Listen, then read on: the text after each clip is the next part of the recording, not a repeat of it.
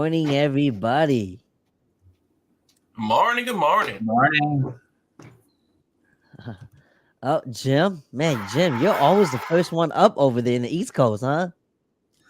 See, they're 3 hours away. I think. You're 3 hours away, huh? Yeah. Yep. It's funny. Let me fill Charles and Lisa in. So before you guys logged in, me and David was talking. He was like, "Hey, I think my time is 8 a.m., not 9 a.m. Your time at 6." And I'm like, it's not 9 a.m. He's like, no, it's not. It's 8. So if I would have came in at 9, I would have missed the show. So yeah, what's up, too? How's it going, man? St. Paul here as well. That's cool. But hey, you guys have seen my post. We got David on the show today. He's gonna share a little bit about what he does. He's a real estate bro. Well, you know what? I'm not even gonna share much about his 411. I'll let him do that later. But of course, before we do that, I just want to do a quick market update. Happy Thursday. Hopefully everybody has their coffee. Did you guys notice last week, Charles? Somebody was like, "Hey, you guys should start calling this show like the coffee morning coffee show or something because it's hecka early." So we probably need to think of a new name for the Thursday live streams since we are hecka early. I think it's been great because now we start at 6 a.m. our time. It's like the first thing we do, and it gets our day started. What time do you normally wake up, David? Yeah, I'm usually up like around. I'm not as up as early as you. Like I'm more like around 7 because I have to get my kids ready for school. So yeah, around there. Dude, this works out because before we did this, I would wake up around 7 too, man, to be honest. And then my kids will wake me up actually and be like, Dad, take us to school before we're late. And then now I'm up. And so, like, when they're up, it's like, okay, we're super early for school today. What's up, Chang? How's it going? Fresno's in the house. To David need to have his coffee Saturday meetups again. Yeah, I know. I've been slacking on those. I'm actually need to find a location for that because the spots that we usually go for our Saturday investor meetups is always booked out. So once I find a good location that can hold all of us, yeah, we're definitely gonna be having them again. All right, man. I wish I could make those meetups with you guys, but you guys are like so far from me.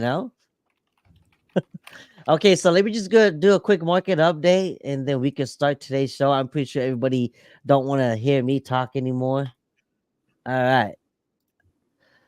Let's see what this week's numbers look like. I know inventory is going up. Look at that chart. All right, so week on week, inventory is up 4% here in Sac County. New listings up 6%. Sold homes are down 13% from last week. Pending homes are up 9% from last week. Now, last month, inventory is out 11%. New listings up 6%. Sold homes are down 20%. Pending homes are up 11%. Now, last year, same time, inventory right now is actually higher by 45%. New listing is up 35, almost 35%. Sold homes are down 23%. Pending homes is up 2%. How's it like over there, David? Yeah, for us, so everything's kind of up a little bit, especially inventory. But it's only up by a small margin. So uh, that's just because of interest rates, really. Yeah, Not really anything to really change the entire way the market is going. So pretty that's similar. true. That's what we've been saying here for the past while now, right, Lisa? Yeah. It goes up, but just a tiny bit, not enough to where the market's gonna shift. All right, average price per square foot. It is up from last week by 1.8. From last month, it's up by 1.2. Same time last year, it is up actually 10%. Average price per square foot. Days on the market went up by 3 days compared to last week. Went up by 1 day compared to last month, and it is down 10 days from last year. So homes are going a lot quicker this year than it is last year. Are homes going pretty fast in your area too, David?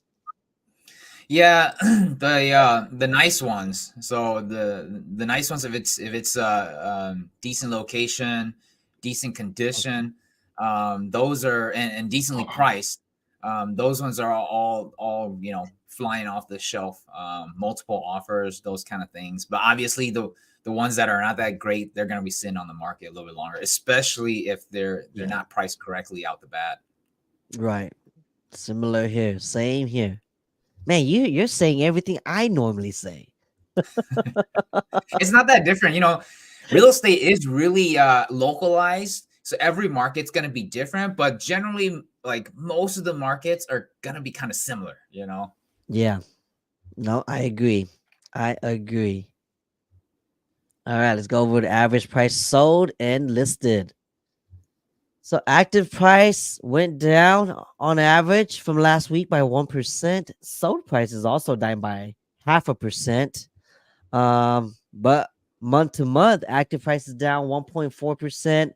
Average sold price went down almost 2%. Okay. I know you guys are probably saying this and you're like, yep, markets are going down. Well, look at this again, year on year. Average sold price is actually up compared to last year by 7%. Active price is down by almost 7% as well, but I care more about the sold price because that's what's the real comp that appraisers use. So it is still up, okay? 7%, y'all, from last year. Can you feel it? Despite interest rates, man, it's still up. Let's go over to the month's worth of inventory. If I'm flying by this too fast, like you guys have other questions regarding the market, just let me know in the comments. We'll answer it accordingly. But I think today, it's gonna go on for a while. We might even go past an hour a little bit, and we're gonna be respectful of everybody's time. So that's why I'm flying through this. All right. So inventory is at 1.7 compared to last month. It is at 1.3. But again, kind of like what David was saying earlier, it goes slightly up, but not enough to create like a big shift in the market. So as you guys know, I always say if it's not 3+ months worth of inventory, we're probably not going to notice like a big significant change in price or demand. So with the inventory the way it is right here, 1.7 months, yeah, it's a little bit higher, but it's still technically in the seller's market. So homes are still going to be flying off the shelf.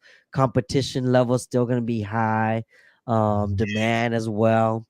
So if you're a seller, you're thinking about selling, homes are still going quick, as you guys saw, 21 days on average. All right. And that is the market update for Sac County. Let me share this week's mortgage rates. All right. Look at that, Lisa. What do you think? It's looking good. I mean, job reports came back last week. It wasn't as favorable and whatnot, and it actually went up that one day. And then after that, in the last 5 days, it actually slowed down a little bit, which is favorable for us and the consumer market and whatnot. Okay. 7.2 from last week was 7.44, and the week before that was 7.51. So it's looking good. Hopefully, it'll be more steady in this trend. I don't see it going down any further. But I also don't see it going up either. So hopefully it'll stay stabilized for a while. Yeah, I mean, I'm getting so many buyers right now saying, Chia, you think rates are gonna come down? Because if it is, I'm probably gonna hold off. And the feds are saying they're putting a pause on everything, right? Because inflation's going up. Yeah. They say that, but they say a lot of things, right? Chia, I mean, we've done this since the beginning of the year. I was like, I don't know. I don't trust it. I don't trust what they're saying right now. And I think you guys shouldn't either. So just be a little bit more conservative. And you're right, Chia, when the rate starts going down, it's funny because the consumer market is always like, okay, well, I'll just wait even further, right? And then you get to that teeter point where it's like, where's that rock bottom part that everybody's looking for? You're never going to have that. It's not even just that too, though, Lisa. If rates really do go down and that's what everybody wants, Yeah. prices are gonna go up. So I feel like people are gonna right now. People are choosing rates to complain about, right? But Right. once rates do go down, they're gonna be choosing price to talk about. You know, Exactly. because bidding war is gonna go through the roof again when rates come down. So like, Mhm. I feel like right now people are just picking their poison. You know. Absolutely. But that is the mortgage rates for as of today, right now. Okay, 7.2 for a 30-year fix on conventional, 6.6 on a 15-year fix, 7.4 on jumbo loans, 7.3 on adjustable rates, 6.6 on FHA, and 6.6 on VA. All right. Okay, I think that is good, everybody. I think I'm ready for today's topic. Did Lisa go missing or is that us? Okay, Lisa's back. Your internet is going in and out again, huh, Lisa? Sometimes I don't know who else in my neighborhood is on at this time, but sometimes that's the case. Comcast, man. Okay, so without further ado, I'll just let the guest give his 411 on who he is. If you guys don't know who he's, I wanted him on the show today because, David. I've known David for how long now? Like 3, 4, 5 years. I think around there. Yeah. Around there, huh? Online. Since I, believe it or not, since I started this Chia Talks thing for a long Yeah. I time think now. So, definitely first so, time, yeah. so I think David's have kind of seen Chia Talks go from like here to like, and he just started making YouTube content too, like recently, like within the last year or two.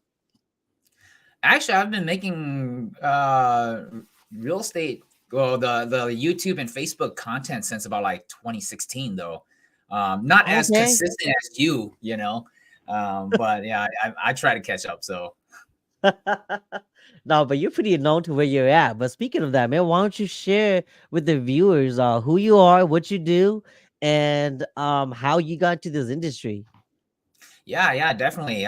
Thank you again, Chia, for having me on, and thank you to all the viewers out there waking up early with us. But yeah, my name is David Yang. I'm the one that can't sing. Okay, so just so you guys, I have no vocal skills at all. Okay, we have an artist, Charles and Lisa, a Hmong artist. His name is David Yang too, and everybody in the Hmong community knows him. So I always thought David Yang was that David Yang. Yeah, so I try to piggyback off of his popularity. Okay, no, I'm just joking. But yeah, so I'm a real estate broker here in Minnesota. Our brokerage is called Home Sellers. We're based out of Roseville, Minnesota. We also are in Wisconsin as well. So for me, I didn't start as a real estate broker. I actually started as a real estate investor. That's actually how I got into real estate. So I started buying, selling, doing rentals, flipping, wholesaling, all of it. You name it, I probably have done it in the investing side. And then after a while of doing my own deals, I decided that, hey, I needed to get my real estate license so that way I could do more deals.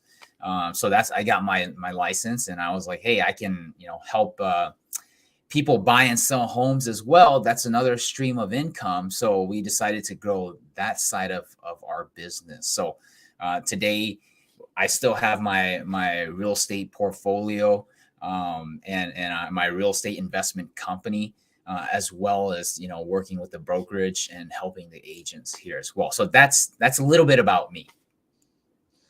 Yeah, man. Well, thank you for coming on the show and making time. I know we're like a 2-hour time zone different, right? So right now it's 8 o'clock where you're at. It's 6 o'clock over here in California. And yeah, man, I see you all the time on social media. And like the last post, you took this picture right here, and you're like, man, I just bought this duplex for $5,000. I'm like, what the heck?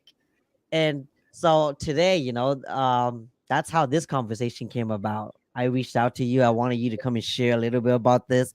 I know you can't go into the fine details of how this deal was structured, but I wanted you to at least talk about how you were able to come across something like this, and what you did to be able to purchase this, because there's a lot of my viewers out there that are also first time investors, and they've always tried to get me to get somebody like you, like an investor, to come on and talk more about this stuff too. So yeah, man, can you share a little bit about this deal right here? Why this guy right here is so happy? Yeah. Yeah. So yeah, this is just one of the deals that I normally do. And it's funny is like when I posted this post up, I actually purchased this property like I think like a week or so in it already, and this post was kind of late. I was like, oh Okay. shoot, I need to post something up. So that's the reason why I posted this one up when I went to go actually back to the property there. So yeah, it was maybe a few days. We actually closed on this one on the 22nd of April. So yeah, so the story behind this was, I wasn't really doing anything. I was just sitting at my office, and one of the owner of this property, he actually came to one of my investment meetups or seminars. I don't know if you call it a seminar, but my investment meetups, the one that earlier Tu was talking about. He came a while back, and I didn't actually really remember him, but he came to one of those. And he's a first time investor too. So I think this is a duplex. It's an up and down duplex. And he bought it in 2022. So about 2 years ago. He's a first time investor, wanted to get into investing. I'm not sure, like I said, I didn't know the whole story behind him, but then I'm pretty sure like the investment side didn't go as he planned, which is normal. A lot of people, they're like, hey, they want to get into investing, they want to get their feet wet at being a landlord or whatnot.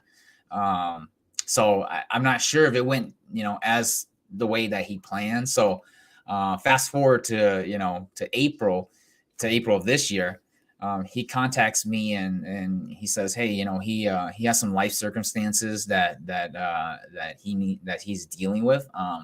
So he had to pretty much try to get out of this property quickly. But it was hard for him to sell this property on the open market, or at least I think it would have been hard for him to purchase or sell it on the open market, because the property, when he bought it in 2022, he bought it for $250,000, which that was like at the height of the market, especially if you guys know too. That's when properties were being sold super fast. Everybody was doing multiple offers, and this property is located on the east side of St. Paul. So it's in I would say a little sketchier area. So yeah, for me, I'm like, I went to go look at it, and so the condition of the property, I was looking at it, ran some comps, and I was like, in the condition that it's in, I don't even think it's worth $250 today. So yeah, and then this is the property, the first property that he bought, and he bought it as an owner-occupied property, right? So he actually lived in one unit and rented out. He lived in the top unit and rented out the bottom unit. And since it was his first property he ever bought, and he bought it owner-occupied, he got down payment assistance on it as well too. Okay. So right off the bat, the property was like, I would say almost underwater already. Oh man. But fast forward to today, he owes like around like 200, and he still owes around 240. Oh man. That's okay. Including the second lien of the down payment assistance. So well, I ran the comps, and I was like, it would probably be worth 240, 230 at max. Oh wow. Today, So if that's how much, if he already owes around 240, he might have to bring money to close it. So yeah. I told him, selling it might not really be an option. And I was like, hey, the next best thing would probably be to do what's called a selling it subject to the existing mortgage, or shortly we just call it subject to. Okay, it's a Can type you? Mhm. Yeah, can you share about what subject to means? Because there's a lot of first time investors that don't know what that term means. Yeah. So subject to is where you purchase a property. It's a type of seller financing. Okay. So that's where the seller will sell it to a buyer subject to the existing mortgage that's actually on the current property. Okay. So in essence, what you're doing is, if you are the buyer, you're taking possession of the property. So you're taking the deed, while the mortgage stays in the name of the original owner. Okay. So this actually happens very quite often. Okay. And it happens without people even knowing what it actually is, So say, for example, especially like in our community, a lot of like, older folks like to transfer their properties to their kids, and then keep the loan in place. Well, that's a subject too. Okay. Yeah. And so a lot of people, they don't even understand that that's really what it is. Okay. But again, it gets a little bit more complex than that. Just for the fact that, especially if it's not a sale that is like, say, within a family or within like really close people, if it's like two people that have no connection to each other, there is some risk to it as well. So you have to really know how to structure the subject to deal, to really protect everybody involved in the transaction. But at the end of the day, subject to is basically just quick claim deeding a property to somebody else and keeping the loan in the name of the original owner.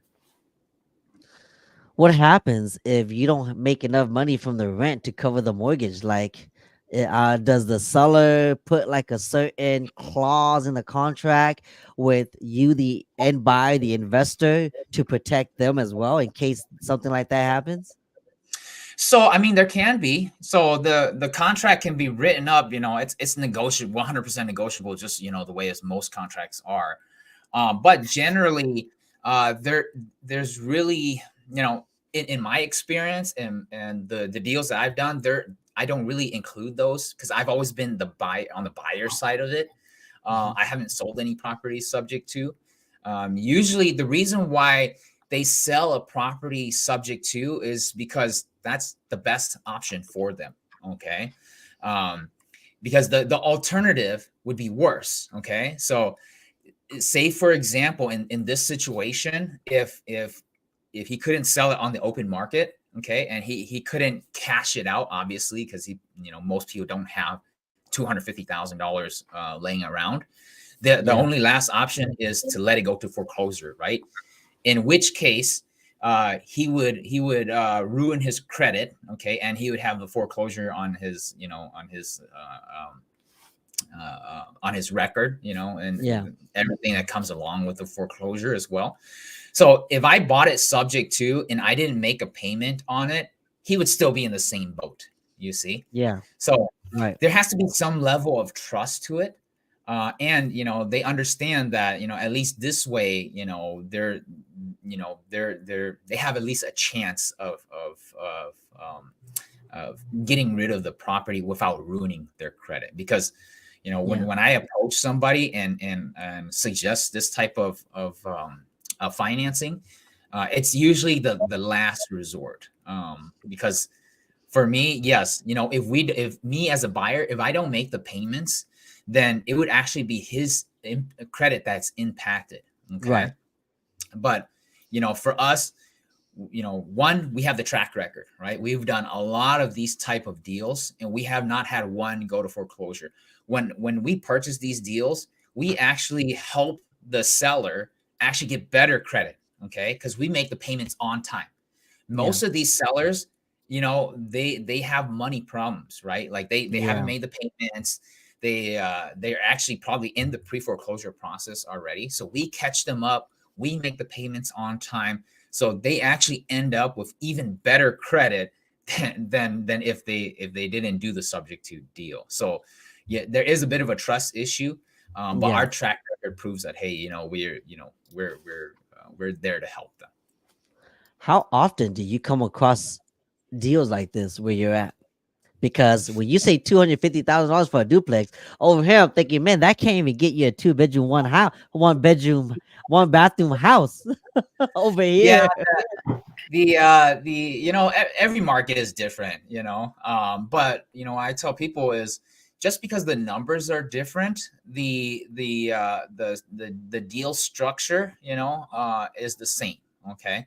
And people are like, hey David, I can't do that in my market, right? Because my market average homes are $1 million, right? Well, I'll tell you this is, in your market, are people still getting divorced? Are people still losing their jobs? Are people, still having life going on? If there is, then there's deals there. Okay. Like I can walk down a street in San Francisco and get a property for probably $5,000 as well, too. Okay. Just for the fact that because I'm looking for something different than what the average investor is looking for. Okay. So yeah, there's deals everywhere. You just have to know where to look and how to find them. That's really what it comes down to. That is true. You make a good point. Different market, the prices, the numbers are different, but structuring the deal is the same, right? And the situation with the sellers or the owners are probably similar too, even though it's in a different state, different area. And I think that's why a lot of people say that once you've learned a skill, right, you could be anywhere in the world, and if you apply that same skill, you'll still be able to build everything back up again. And that Yeah, is yeah. true. Yep, that's 100% correct. And to answer your question, are we finding a lot of these deals? Personally, I don't really actually go out there and look for deals anymore. Just for the fact Why is that, that? well, because I'm in a point in my career where I actually help other people do their deals. So like, I help my agents, I help other investors. That's really like my joy is, spreading the information and knowledge that I've learned to other people and helping them do their deals. Now do deals like this just come and fall in my lap? Sometimes yes, but again, just because, it comes to you, you have to know, the right strategy and the right tool to actually take advantage of it, because deals like this would come to people and they don't even know Right. how to structure it. Okay, so the key is to get out there, get educated, learn as much as you can, and then when the opportunity comes along, know that that's the right time to use it. And that actually brings up a funny thing too. Like if you scroll on my comments, you'll see some people are like, oh yeah, I've heard of Subject 2, but it sounds very scammy, so I would never do it. And it sounds so questionable, like what if you don't do this and blah blah.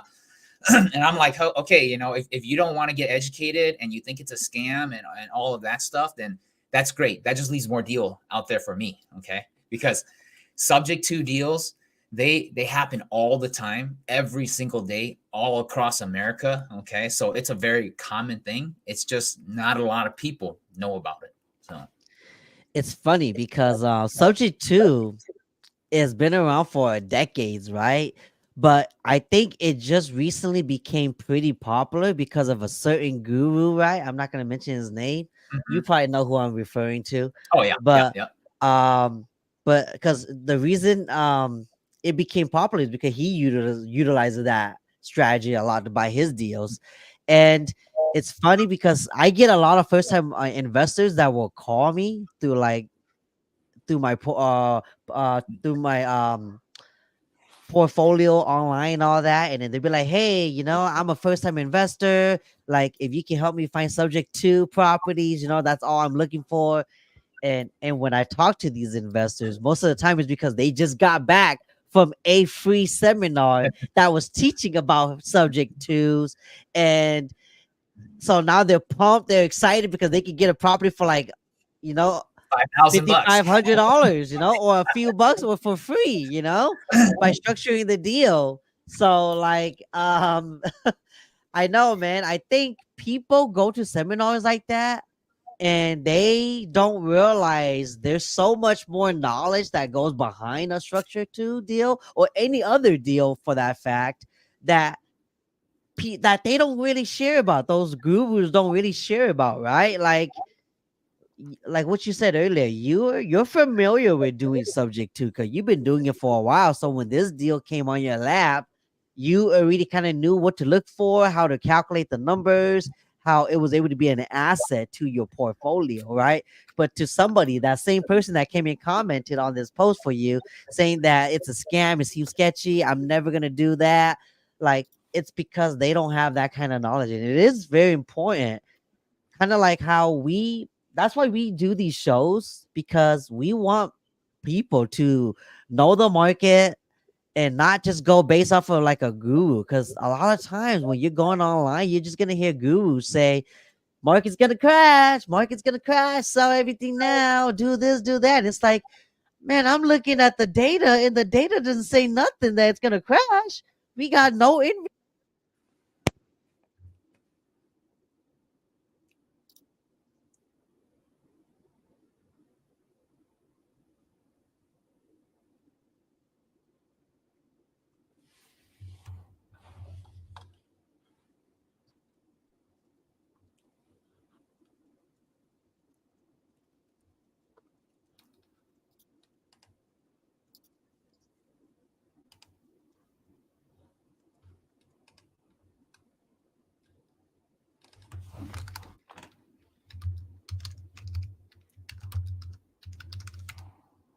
I think we lost Chai. Yeah. Yeah, mostly it's his mic, I think. Your mic cut out, Chia. Yeah.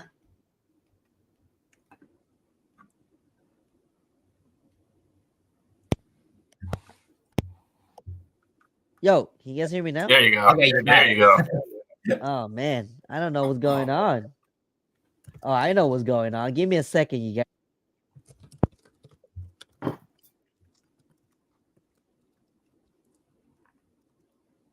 David, I was curious. So I know you guys were mentioning that was something that you can do with parents, or like with,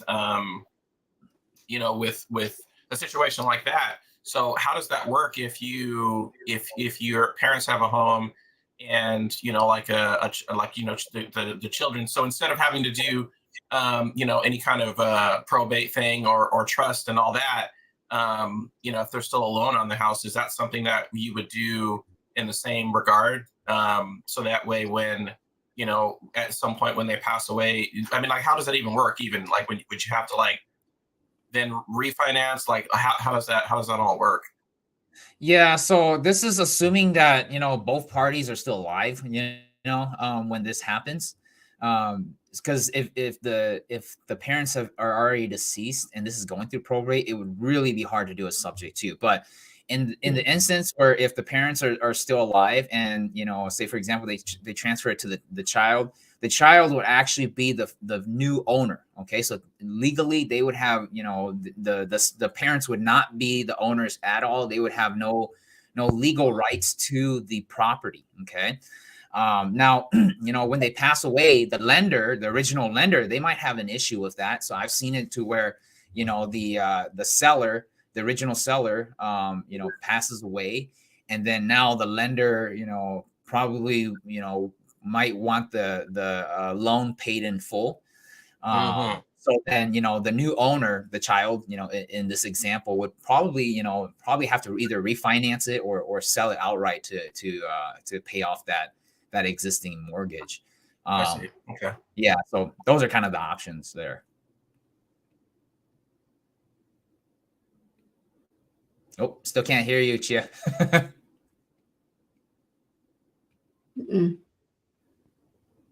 I think he can hear us, but we can't hear him. Yeah. What is going on with my mic? Yeah, we can hear you now. You're good now. I know. It's just so weird. Like, oh yeah, I think. Well, don't mess with it anymore. You're good now. So Stay still. Don't move.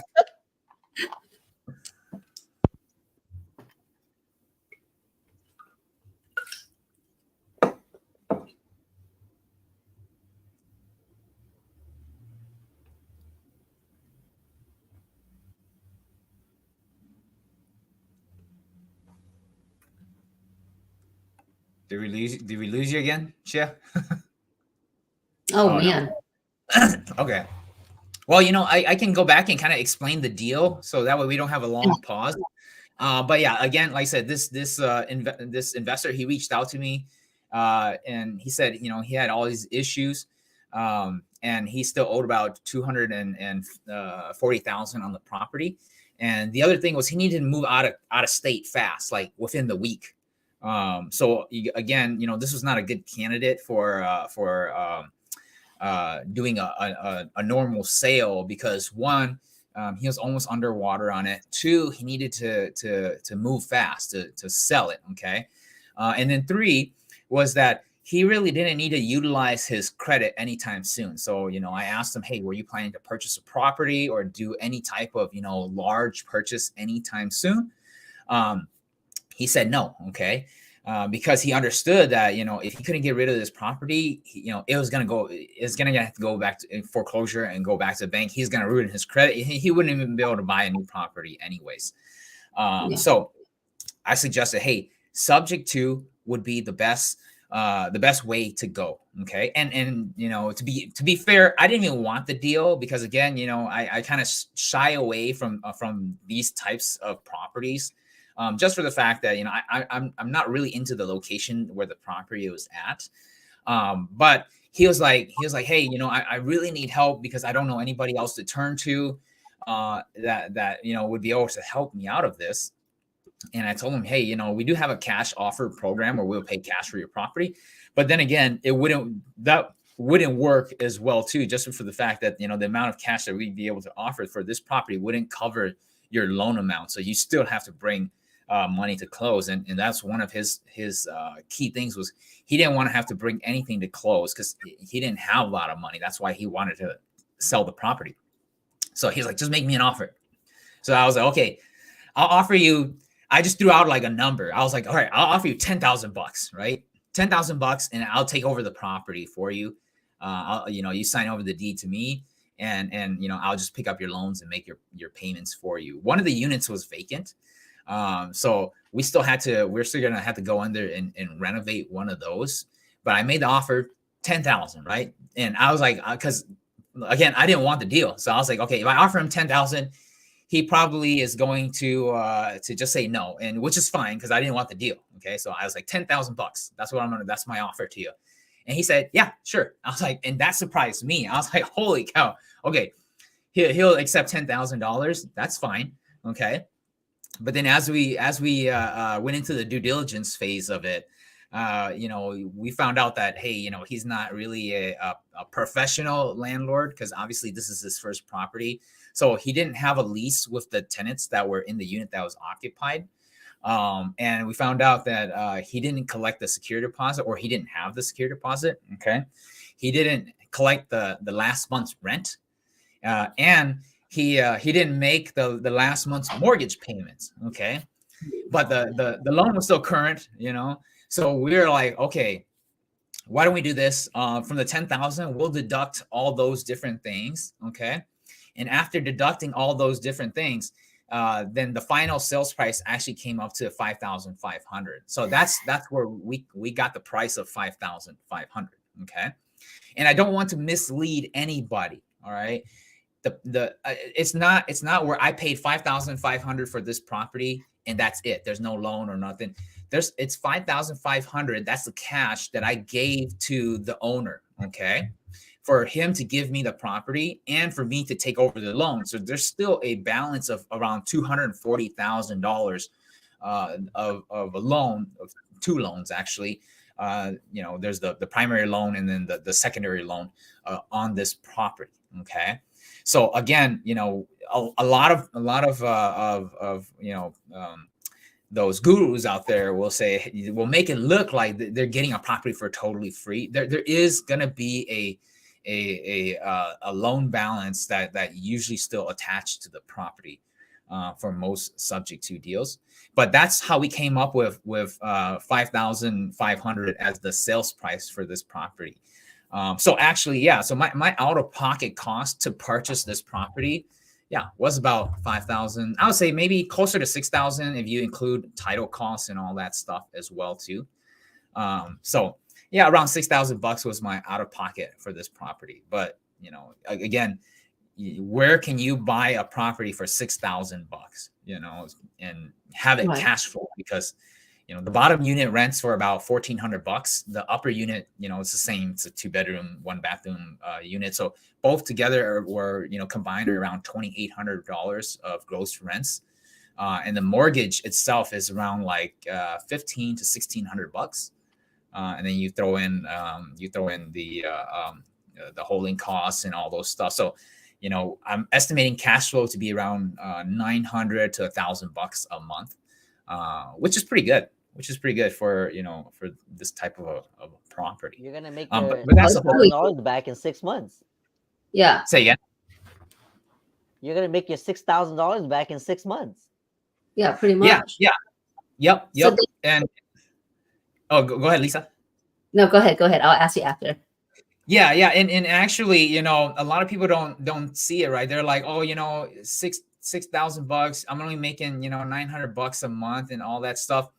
Well, technically, you know, if you know, we look at the non-tangible benefits like tax benefits and those kind of things, you know, I'd make my money back in less time than that. So yeah, and plus with appreciation, you know, that's gonna wipe, you know, out that money that I paid as well too.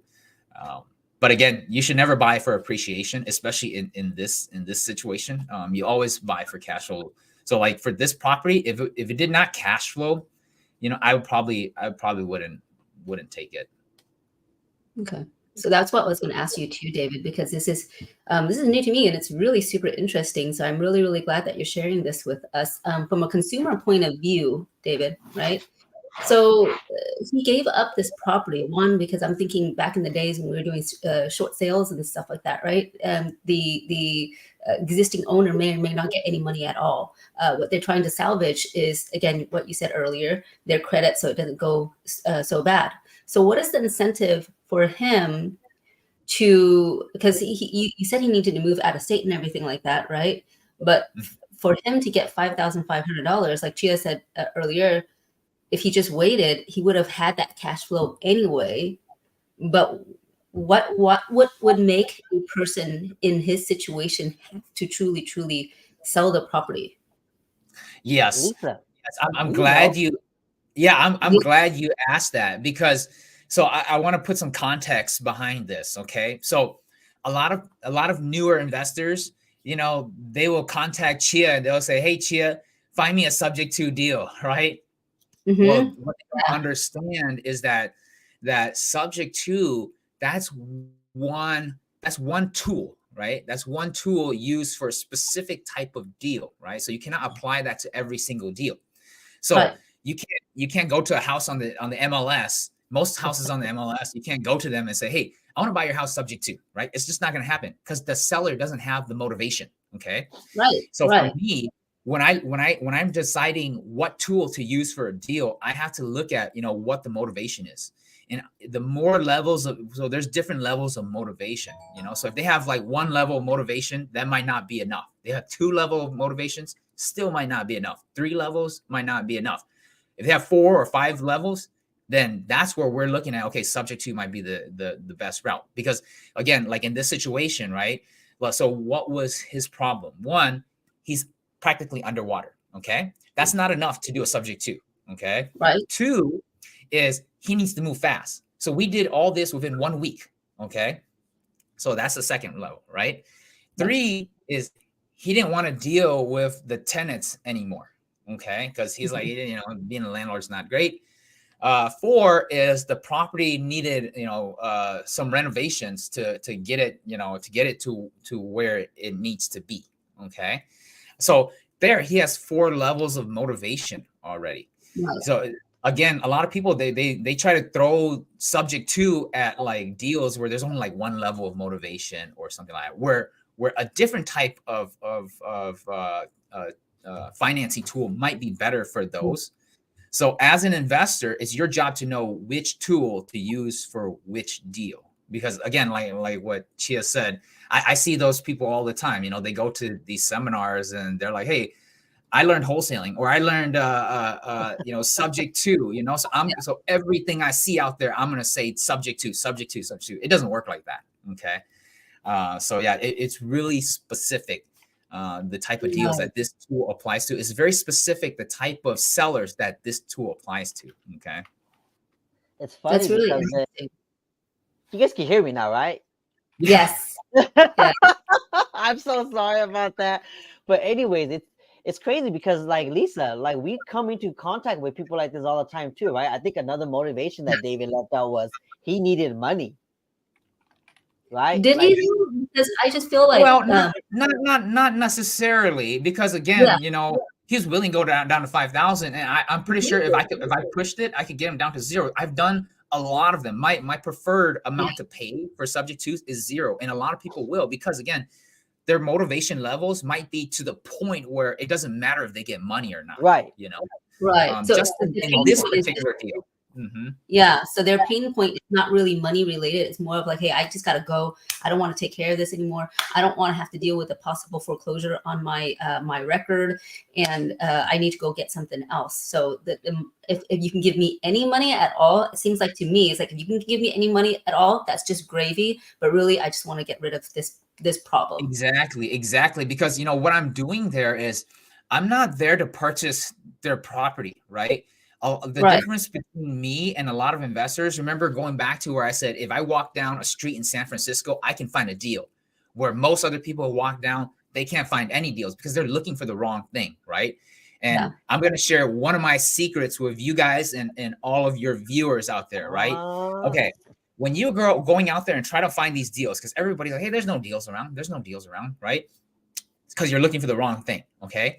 When a normal investor goes out there and they go meet with these sellers, right? They go meet with the sellers and they say, hey, Mr. Seller, I can buy your property for this much, right? I'm looking for a property to buy. Does this property meet what I want to do? I need this property to cash flow. I need, this property to blah, blah, blah. They're looking for a property, okay? They're looking for, a house, a duplex or whatever. That's what they're looking for, right? When I go looking for, an investment, I don't look for a property. Okay. When I go to the seller, I'm like, okay, Mr. Seller, what I'm looking for is your problems and how can I solve your problems? Okay. Because, it doesn't, if I go to them and I say, all I want is your property, I don't care about you or your problem. What's the chances of them selling it to me, or giving it to me? For me, I go to them like, hey, what's your problem? You need to move quick. You need to do this. You need to do that. I don't even want to buy there. I go in there not even wanting to buy it. Okay, I go in there trying to figure out, okay, how can we solve your problem? If you want to stay in your property, I'm going to try to do my best to figure out how you can stay in your property. Okay, whether that's like helping you, connecting you with lenders to refinance, or if you want too much, if you want a lot of money for it, well, I'm a real estate agent too. Let's try to put it on the market to get you as much money as possible. If you want to, do whatever you want to do, I'm going to try to help it. Last resort is if it comes down to where, hey, subject to is the best deal, is the best way to get it out, because again, that solves all your problems, then that's what we're going to do. Okay. And I don't want to make this very long, but what story really emphasizes this is I had another subject to deal recently. It was with a couple that was going through a divorce. Okay. And they haven't been making payments on their property since like 2018. Okay. So they owe like $70,000 in back payments for this property. They never got evicted. They never got foreclosed on because, they didn't make payments, and then they restructured their loan. And then, COVID happened, so they couldn't get foreclosed on and all that stuff. So they owed a lot of money. But when we went in there, we're like, okay, yeah, the same situation. We probably won't be able to sell because we actually listed the property for them. Okay, we listed the property for them, tried to get it sold, and it wouldn't sell for the price that they needed to be able to pay off the lender. Okay, so we're like, hey, subject to would be the best deal for this, just for the fact that you owe a lot of money on it. Okay, around like $70,000, and a lot of people, they don't understand how foreclosures work. Okay, so a lot of people, they think, hey, I'll just let it go to foreclosure, right? And then I'm done. And now I just, go on with my merry way. It sometimes does not happen like that, okay? Because that money that you didn't pay to the lender, that's, so say for this example, that 70,000 that you didn't pay to the lender, if the lender cannot, when the lender forecloses and the lender cannot recoup those funds, okay, that becomes a loss to the lender, right? Or the lender writes it off, right? But what is that? That become to you as the homeowner that has been foreclosed on? Well, since it became a loss to the lender, they have the option to 1099 you that loss. Okay, so that becomes income to you since you didn't pay that $70,000. That's money that you saved in essence, or you made, right? Because you didn't pay that to the lender, right? So foreclosure happens, the lender takes it, the lender 1099s you, the lender goes away, right? That's fine. But in steps, a new person, right? That new person is the IRS, because what? They 1099 you that say for example, they 1099 you that $70,000 loss. Loss to them, income to you. Okay, IRS steps in, right? It's because IRS is like, hey, you made $10,000, so we want our taxes on that. So just because you give your property back to the bank in a foreclosure doesn't necessarily mean you're off scot-free after that. Okay, steps a new player now, and that new player can sometimes be worse than the lender. Okay, because the lender can't put you in jail, the IRS can. Okay, so again, for us, when we go in there, we look at all these things and okay, we're going to try to help them out of all of these things. Okay, because again, if we do a subject to, especially specifically in this situation with the couple that are going through divorce and all that stuff, they're out of the loan. We catch them up. Their credit gets improved and even actually builds even more. They don't have to deal with the lender, the IRS, or anything like that. So it's actually a win-win for them. The bank, the lender, they keep getting their monthly mortgage payments. It's a win for them. We get a property and we get to cash flow and we get to enjoy the benefits of all of that. So it's a win-win for everybody. Okay, so a lot of people out there saying that this is a scam. No, I mean, depending on who the investor is, but for us, we make it to where everybody wins. There's no losers in our sub 2 deals. I think the only time when you hear somebody call someone else an investor is because they don't understand the whole process. And sorry again, I got cut out earlier because something was going on my mic for some reason. But that's why you need to do your research. And if you plan on like getting into investments, similar to what David's doing right now, make sure that the person that you're being mentored by or the guru you're following is legit and credible. Like a lot of these purchases are public record. You can search up any addresses and you could pretty much find a track record for how it came about. Like that's what I do a lot for my first time home buyers. Whenever they buy a flip, I'll look it up and I'll go into the tax records. That's the best place. As a matter of fact, sometimes I'll even call the assessor's office and find out more details about it. And sometimes that detail helps inform this buyer now about if that purchase is even a legit purchase or not, So a lot of these informations are public. We have so much information now on YouTube, social media, TikTok, and all that. I guarantee you want to learn something, go on those social media platforms. You'll learn a skill at the end of the week. But most people learn the skill and they don't apply what they learn, or they apply it in the wrong way. Like what David was saying earlier, right? Most first-time investors will go to a seller and be like, I want your house. That seller already hated your guts when you walked to their door because you offended them. I used to wholesale when I first got started in real estate, and I used to door knock, right? And that's how I approached it because I was new. I didn't know anything. And that's all I told them was, hey, I could buy your house cash, right? And for them, it's like,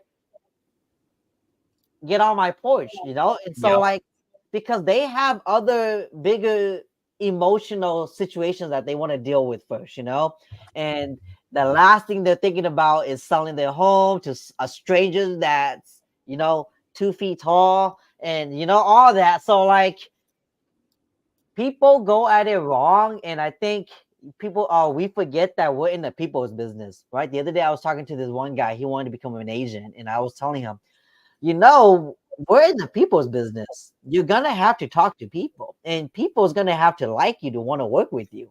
If they don't like you, they're not gonna want to work with you, whether you're giving them $1 million or not, because they're not gonna be able to sleep at night. They're gonna know that they did a bad transaction. You're just not part of their sphere of influence. Like they don't want nothing to do with you. So I think a lot of times, those type of people are the ones that are hating, you could say, on other people's success. But I do want to answer this question though by Chua. She says, this is the same as assuming. I would say it's not, because assuming, you have a lot of different type of things going on there. A seller that's selling a home that's where the loan is assumable, it's probably worth, for example, let's just say it's 500K. The loan that's assumable is probably 200K or 300K. They're not going to sell it to you at 300K that the loan that they're assuming. They're going to probably want to sell it at market value, which is 500K. So the buyer still has to come in cash most of the time with the difference, because most banks are not going to buy a property being second in title. They're going to want that first lien deleted first. So I wouldn't say that it's the same. What do you think, David, about that? Yeah, so it's definitely not the same, because in a subject to, so a lot of people don't understand, right? Subject to, you get, so when you buy a property, you get two documents pretty much. There's a note, okay, and then there's a deed, okay. Generally, there's a note and a deed, right? So in a subject to, the note stays in place, okay, but the deed gets transferred to the new owner, okay. So that's how subject to works. In assumption, a mortgage assumption, Liz might know more, but in a mortgage assumption, okay, the deed gets transferred to the new owner. The note also gets transferred to the new owner. Okay, it's just that the new owner sometimes get to keep like the same terms and those kind of things of the original note. So that would be assuming somebody else's mortgage. And yeah, but like what you said, Chia, most of the times you're gonna have to pay a premium to assume somebody's mortgage, especially nowadays with all those ones that were locked at 2.8, 3%. You're gonna be paying a premium to assume those. Because remember, those homes were probably during 2020 COVID year, and that's like 4 years ago. Right. Prices went up. They're not going to let it go for the price they got it in 2020. Right. And plus, most loans are not assumable anyway. I do have a question for you, David. For somebody that's trying to become a investor, do they need a license? Because you're also a real estate agent, you're a broker and an investor. Do they need to be licensed? This is probably one of the number one question I get asked. Yeah, so they don't need to be a license to be an investor. So that's why anybody could just call himself an investor, even if they haven't even had a property. There's a very low barrier to entry to call yourself an investor. Okay, but having a license does help. Especially if you don't have any experience in it. Having a license will allow you to kind of understand kind of the base language of real estate, you would say, and kind of give you some experience into the transaction side of it, how houses or properties are bought and sold. So having the license, it really helps. And the plus side is you make commissions that you can put towards your investments. And the last thing that I'll add to it too, having your license, is a lot of people, they especially, if they're investors and they're thinking about getting their license, I would hear a lot of agents say, David, I want to get my license because I'm an investor and I don't want to work retail. I don't want to, show homes and all those things. And to them, I would say, don't discount the retail side, right? Because for me, where do I find most of my deals? On the retail side. Because, when I'm helping people, they trust me, right? And if the last way that I can help them is to buy their property, then there, I found a deal right there, right? So if you are planning to get your license, and you're an investor, don't discount working with buyers and sellers, because you find deals there as well. I'll end the show with this because we're cutting it short already. Have you ever come into contact with like a conflict of being an agent and an investor because of your ethics of being a realtor? No, I personally, I have not, because I try to follow the laws to a T, right? So whatever like I said, I can't really speak for other states, but like here in Minnesota, we have pretty strict disclosure laws. Okay, so all of our documentation, all of our disclosures, and I'm 100% transparent and upfront with every person that I come in contact with. They know that I'm a licensed person. Okay, they know my license number, and everything like that. And I give them my intentions up front. Okay, my intentions is to help them. Okay, but if I can't help them, if they're a retail person, if I can't help them, through the retail channels, then I can help them through the investment channels. And I make sure it's clear.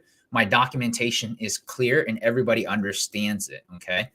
And I want to end my portion on, going back to the subject twos. Again, the essence of a subject two is, them just quick claim deeding the property to you.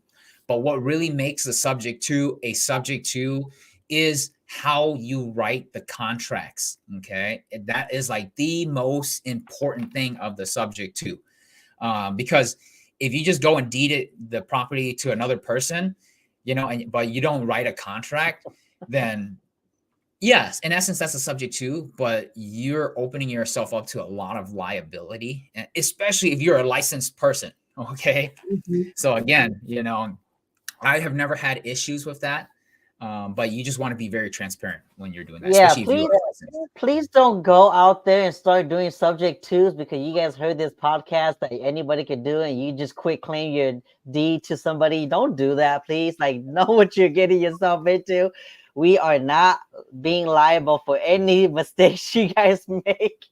But yeah, man, with that, I think I'm gonna close this out. Chi fams, thank you guys again for tuning in today. We're gonna need to probably bring David back again because again, this topic I knew we were gonna go over. There's so much involved. It's very delicate, especially when you're talking about things like this. So maybe we'll do a part 2. I don't know. You guys let me know what you guys think. But other than that, I'll let you guys go. Enjoy the rest of your Thursday. Yeah, okay. Later, Chi fams. Happy Thursday.